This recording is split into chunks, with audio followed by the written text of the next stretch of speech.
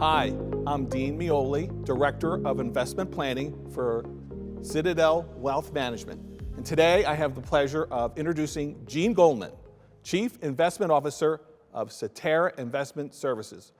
Welcome back, Gene, and congratulations on your upcoming birth of your twins. Thanks, Dean. First of all, thank you so much. I know most people's portfolios are flat to a little bit down. The Goldman portfolio is doubled this year because I'm having twins, so thank you so much. So, Gene, I always look forward to knowing about your key themes for the investment year. So what are your key themes for 2026? Sure. My team and I, every year, we develop three key themes that we feel will drive the economy and financial markets.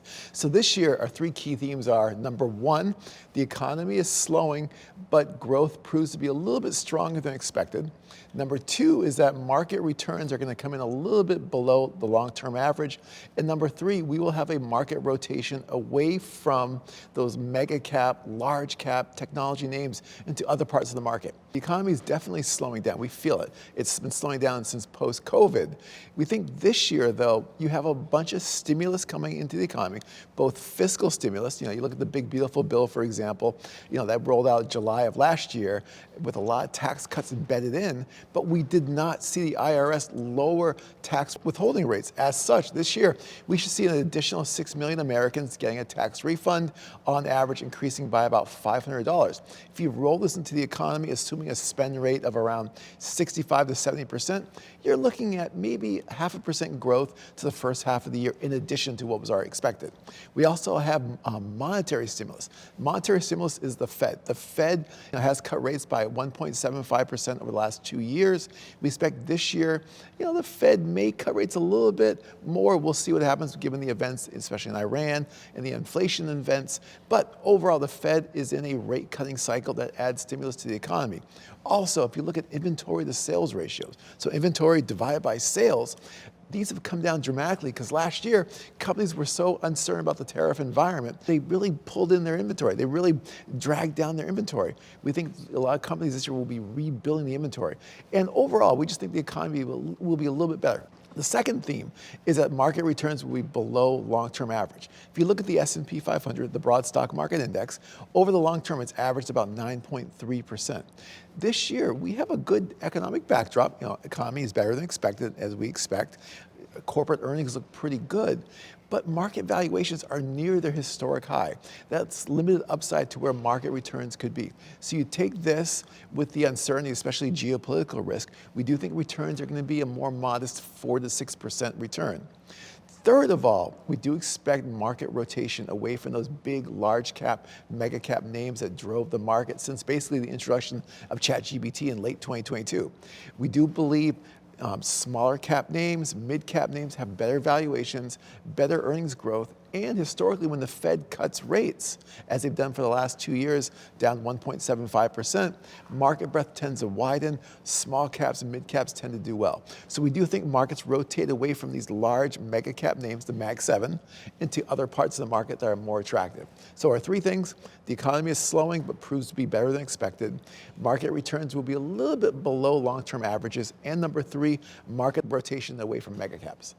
I want to drill down on one of the things that you're talking about, which is equity returns. You talked about there could be a rotation in equities, meaning large versus small versus international. Yes. And so I wanted to get your thoughts on tactically, what are you leaning into and maybe what have you stepping away from? If you could drill down on that point for us. Sure. And of course, every client's portfolio is going to be a little bit different. Everyone has a very different investment objective.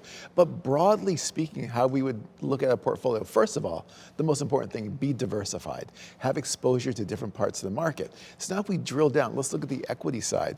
We would be a little bit overweight small caps, low valuation, stronger earnings growth. A little bit overweight mid cap, again, strong earnings growth, better valuations. Large caps, we'd be a little bit underweight relative to our broad benchmark, but we would be overweight value. A lot of the value sectors look attractive, especially energy right now, industrials, healthcare, all very attractive value sectors. Within equities also, we like to look at a little bit of an allocation to liquid alternatives. These are the things that zig when the rest of the market is zagging. Because yes, lower market returns, sort of more modest gains, we do expect a lot of market volatility. So you want those things that do well when the markets are zigging, and you want to mitigate some of that risk. On the fixed income side, we'd be a little bit leery of high yield. High yield is very important to a portfolio, but we do think some of the valuations are extremely high right now. We'd also look at high quality fixed income. You're getting some very attractive yields, especially in those intermediate term fixed income. We think that those are very attractive. And the last point I forgot to mention, international. International, we are underweight international. We think, especially with the dollar appreciating as we've seen it this year, when you translate currency returns from international back to the US into a stronger dollar, this impacts returns not in a good way. Plus, if you look at a lot of emerging market nations where their debt is dollar-based, but their revenues are local currency based, a stronger dollar really impacts the profit margins of emerging market nations.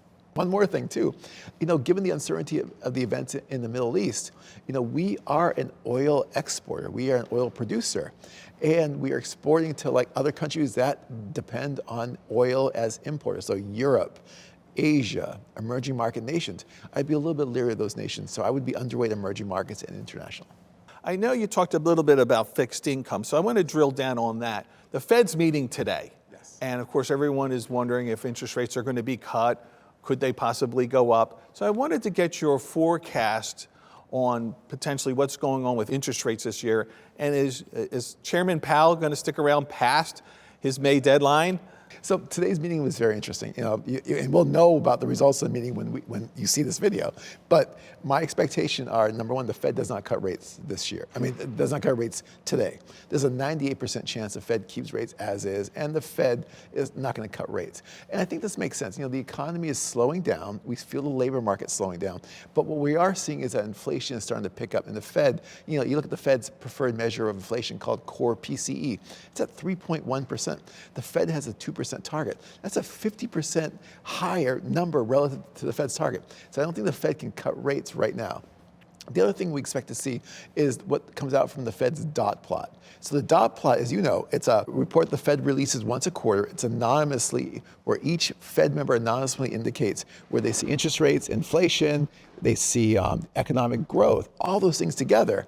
And we do expect from an interest rate projection standpoint, the Fed keeps it as is. Just because, there's concerns about the Iran war, the impact on inflation.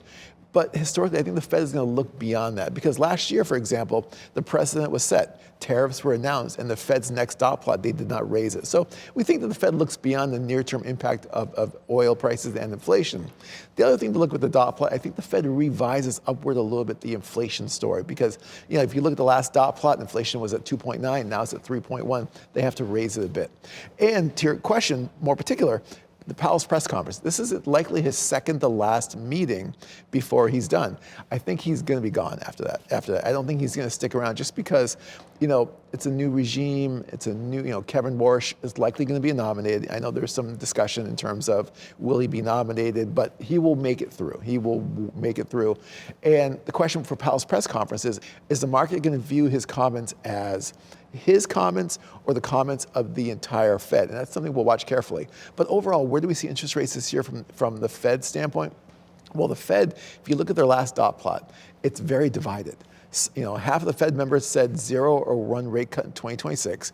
The other half said 2 or more in 2026. That's a really big division. And a lot of Fed speakers lately have talked about inflation, concerns. So right now the Fed fund rate is pretty much neutral. So I think it's going to stay here for some time. The markets expect 1 or 2 rate cuts, but given the uncertainty about the war, about the effect on inflation, I'm not sure if the Fed can actually cut rates anytime soon. It may just be 0 or 1 cut for 2026.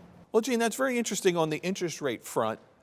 I want to talk to you a little bit about inflation now that you brought that up. Yes. And certainly we've seen a spike in oil prices and what's going on in the Middle East and the geopolitical risk. How does that play into your design for portfolio adjustments?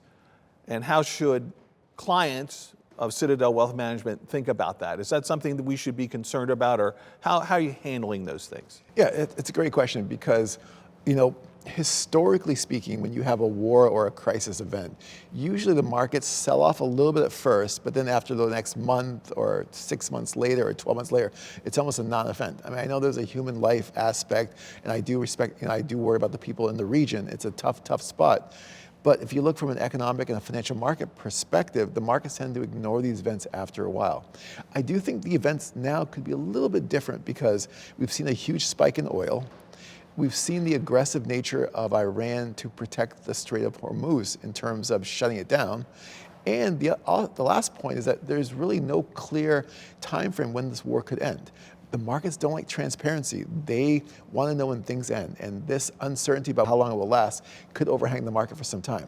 Taking this together, plus the fact that you have rising oil, rising shipping costs, tariffs still in the background, likely suggests that the Fed really can't cut rates anytime soon, and we should see inflation pick up a bit. Because if you look over the last few years, if you look at inflation, the energy component has been a drag on inflation. This is likely going to be reversing, pushing inflation further and further higher.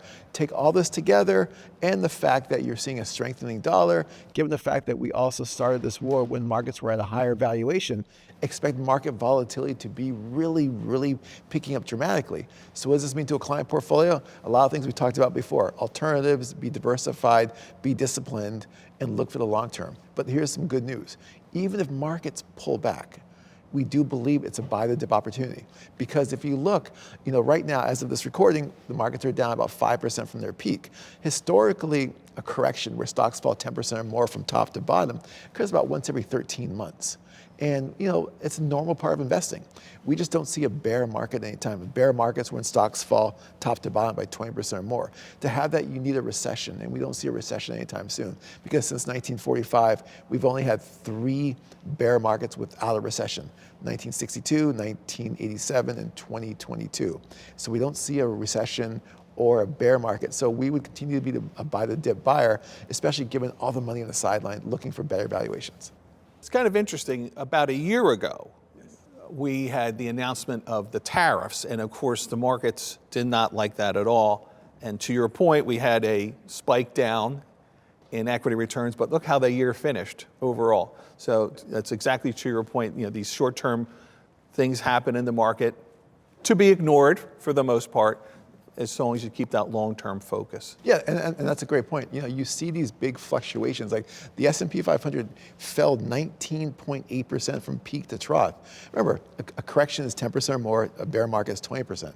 A correction usually occurs when the market starts to sniff, hey, maybe a recession might be coming. A bear market occurs when the markets say, we are in a recession or we are definitely going to have a recession. We got pretty close, but then the markets reversed as we saw some buying opportunities and a little bit of, Trump administrations in terms of tariff rhetoric was dialed down a little bit. So it's normal to have volatility. It's noise. Stay with your plan. Yes, Absolutely. Be disciplined. Be disciplined. And most importantly, too, also sit down with your Citadel advisor to make sure that your portfolios are not too aggressive or not too conservative relative to your long-term objective. We've had these big market swings back and forth. A lot of times, I suspect some of your, some clients' portfolios may be too overweight stocks, too overweight bonds. Use the opportunity to sit down with your Citadel advisor to say, hey, is my portfolio too aggressive or too conservative? Has anything changed? Let them review the portfolio. So this is a midterm election year, and we're not going to get political here. Yes. Okay, but is this just another noise factor that, even though it's important to the country that everyone go out and vote and share their opinions on who should be the leaders of the country, but how does that play into anything from an investment perspective from Cetera Investment Services? Is that something that you're looking at, or is that something you ignore, or how do you work with that? Yeah, so remember the markets. The markets love transparency. The markets do not like change. And if you look at the midterms right now, the markets are, there's a website, Kalshi, okay? It's like a futures prediction market. There's a 75% chance that the House goes back to being Democrat. So then if you have a Republican Senate a Republican president and a Democratic House, this creates a lot of change that nothing can really get done. So then the markets have priced in a lot of stimulus into the economy that will continue to happen, but that may not happen with a very divided government. So this is a market uncertainty that could increase. Also, think about this. If you look at stock market returns, the S&P 500 again, historically the second year of a presidential cycle, regardless if it's a Republican president or a Democratic president, it doesn't matter. The second year since 1960 has been the worst performing year. In fact, since 1960, the S&P 500 has only averaged a 2% return in the second year. So we think that a lot of this is getting priced in. I do wonder the impact in terms of midterm elections, in terms of the rising energy prices, rising gas prices, concerns about the employment picture is starting to a little weaken a bit. Taking all this together, this creates some type of potential change in Washington, and we'll see what happens. Well, you mentioned the presidential cycle, and I'm a big historian, and it's something that I follow. But let me ask you this: what's the best year in the presidential cycle? Best year is usually the first year. First year? Yeah, first year because there's excitement. There is lots of excitement about the new president, about things changing, things taking over. Usually the first year is the best year. Okay. And we had a great year last year in the markets. Okay, excellent. So I want to switch topics a little bit. Now, this is a big year for the country. It's our 250th anniversary, okay? We have the World Cup going to be played here, amongst a lot of other things going on.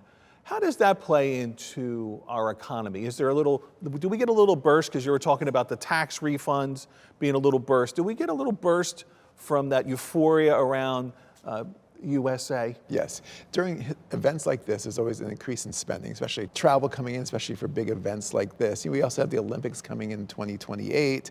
A lot is going on right now. And if you think about the consumer, the economy, the consumer spending is about 70% of our economy. So all this will help increase it. The caveat I have, though, is that now we have higher energy prices. We also have a slowing economy. We also have the employment picture is not as clear and crisp as it was just, let's say, a year ago. So this could impact spending somewhat. I do see spending picking up, but it could impact it a bit. Plus a stronger dollar. So especially as foreign and travelers coming to the United States to spend money, now the dollar is higher, their currency is weaker. It's going to make it very difficult for them to spend as much money. So I think we'll have some consumer benefit, but it may be a little muted given all the events I outlined before.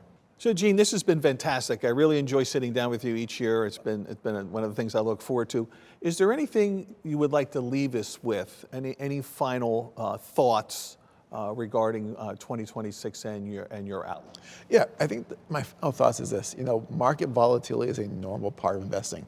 Classic example is that in the last 46 years, the stock market has been positive in 38 of the last 46 years. That's an impressive track record. That's very, like New England Patriots impressive. And it's a very impressive track record. So we have a positive bias in the market because the economy is growing, earnings are growing. But the average intra-year loss during those 46 years in an upwardly moving market is negative 14.2%. Market volatility corrections are a normal part of investing.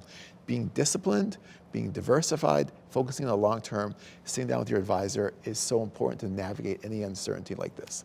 Well, thank you, Gene. This has been absolutely wonderful. Good to see you again. Congratulations on your twins. Maybe next year. That'll be good for tax purposes. Oh, I'm so excited. And next year I'll bring them with me. Awesome. I'd love to see them. Thank you. Thank you very much. Thank you.